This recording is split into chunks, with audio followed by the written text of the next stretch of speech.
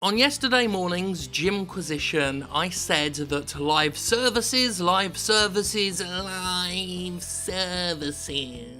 is the buzz term of 2018, and you can expect to see more of these live services steadily replace games as service when publishers boast about the persistent online environments they've built in which they can keep pestering you to spend more money. Later that day, news stories come out about an Ubisoft investor presentation, and what's the buzzword? Live services. Say what you will about Jim fucking Sterling, son. I freely admit there's a lot about the game industry I do not and cannot know, but I can predict a fucking trend when I see it. And publishers never disappoint, sometimes proving me right on the exact same day I make a call.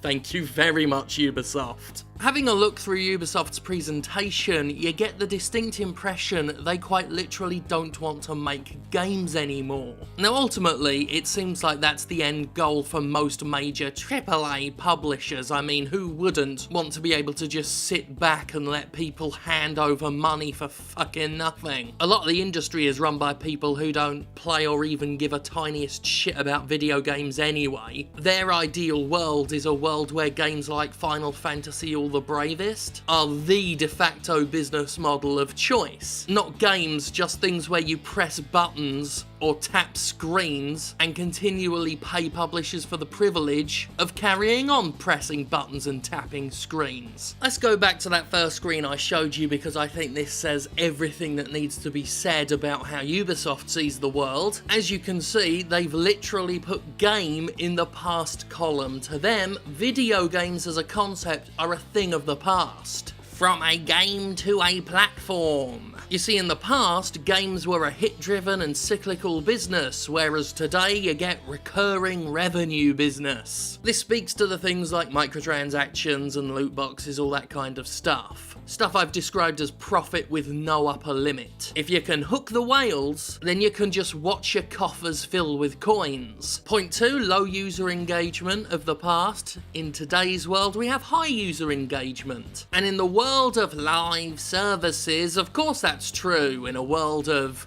daily login bonuses and other such methods of making games feel less like games and more like duties, like daily obligations. Let's log in and make sure we get paid in fake money or whatever. This is something that a lot of game publishers would like out of their quote-unquote games now. They'd like them to be a job for you, where you're logging in to do busy work and pay them to keep doing it. And maybe one day you'll earn 15 million merits. In the past, games were developer-centric, but today, with live services, they're player-centric.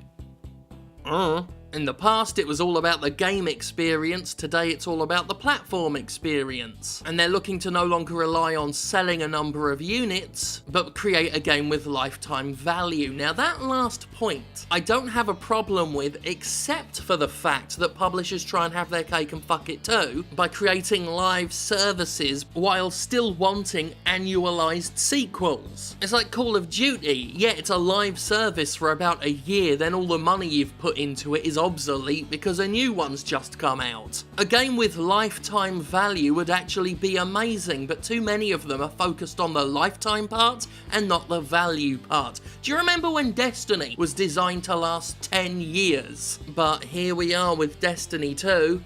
That didn't work out very well, did it? So here's the second image I want to show you, where Ubisoft is basically admitting that their games these days require a lot less work and make a lot more money. And there's a picture of a flaming horse skin for €15. Fucking hell. In this pretty little slide, we get to see their recurring business model, the more recurring profile. An experience going round and round in circles, just generating more money as it does. If you check out the press release, which I'll link in the description, you can see Ubisoft boast about all of the money it's making, what a great quarter it's been having. And it's just one of those things that's nice to look at when you're told that video game publishers are too poor to make games.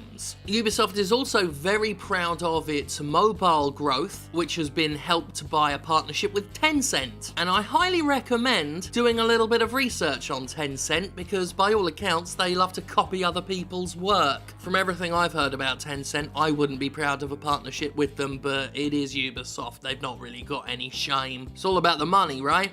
Tencent's definitely a company worthy of Jimquisition attention sometime in the future. Though in the more immediate future, I'm definitely going to have to do a video about live services as a concept. Not this Monday. This Monday's been especially reserved for Tecmo Koei until further notice. But I do want to just give my brief thoughts on why this is fucked. It's looking to me like live services are this generation's version of military first-person shooters. Last generation, Activision had a massive success story on its hands with Call of Duty, and that inspired many pretenders to the throne. Similar to how Sony and Microsoft scrabbled together some motion controllers after the Wii became a huge hit, there's a fallacious belief in the game industry that if you copy something that's already successful, you'll make the exact same amount of money and have the exact same amount of success. Now obviously that's horseshit. The big problem is, people already had Call of Duty. Why did they need another one? The sad truth was, not many first-person shooters were actually all that successful last generation. There were some, sure. None quite as successful as Call of Duty, but there were some success stories, but the truth of the matter was, most FPSs failed. There were so many of them, and people had already picked their favourites. We saw the exact same thing with MMOs. People already had World of Warcraft, they didn't need a dozen other World of Warcrafts. And the battlefield of the game industry is littered with the corpses of failed MMOs. And here we are again. We've seen some successful games with live services, games that do keep players engaged and hooked on. And now every publisher wants a piece of that pie. But again, the problem is people will have already found their lifetime game of choice and won't need more. This idea could be even less sustainable than the idea of copying Call of Duty, because what these companies fail to realise is that time just so happens to be finite. There are only so many hours in a day, and if so many games start demanding all of your free time, we're going to see a lot more digital corpses sat next to the MMOs and the first-person shooters. As Destiny 2 hemorrhages its player base, let me just speak anecdotally for a moment.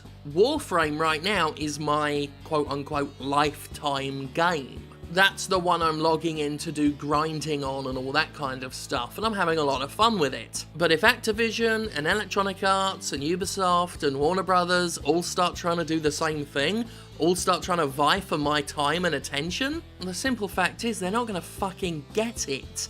Especially since, again, they talk about lifetime value, but they're more focused on the lifetime bit and couldn't give a shit about the value part. They don't want to make games, they want to make jobs. Except you're not earning any money, it's a job where you spend it. As it stands, right now I'm playing Warframe for my live services, and then looking toward indie or smaller publisher games to enjoy the sort of experiences that got me into playing games in the first bloody place. That and first-party games, which tend to be a bit less focused on additional monetization and actually do care about crafting quality experiences because they can use those to advertise their consoles. As far as games from EA and Activision Blizzard and all that fucking lot go, these days I play them just long enough to do a bit of video coverage on it and then I fucking forget them. And I have a feeling I'm not going to be too alone on this. I have a feeling that we're going to see a lot of these live services and they're going to be completely fucking forgettable to the extreme. But anyway, I wish them a lot of luck and let's see how this whole live services fad pans out. I think it's going to make them a lot of money.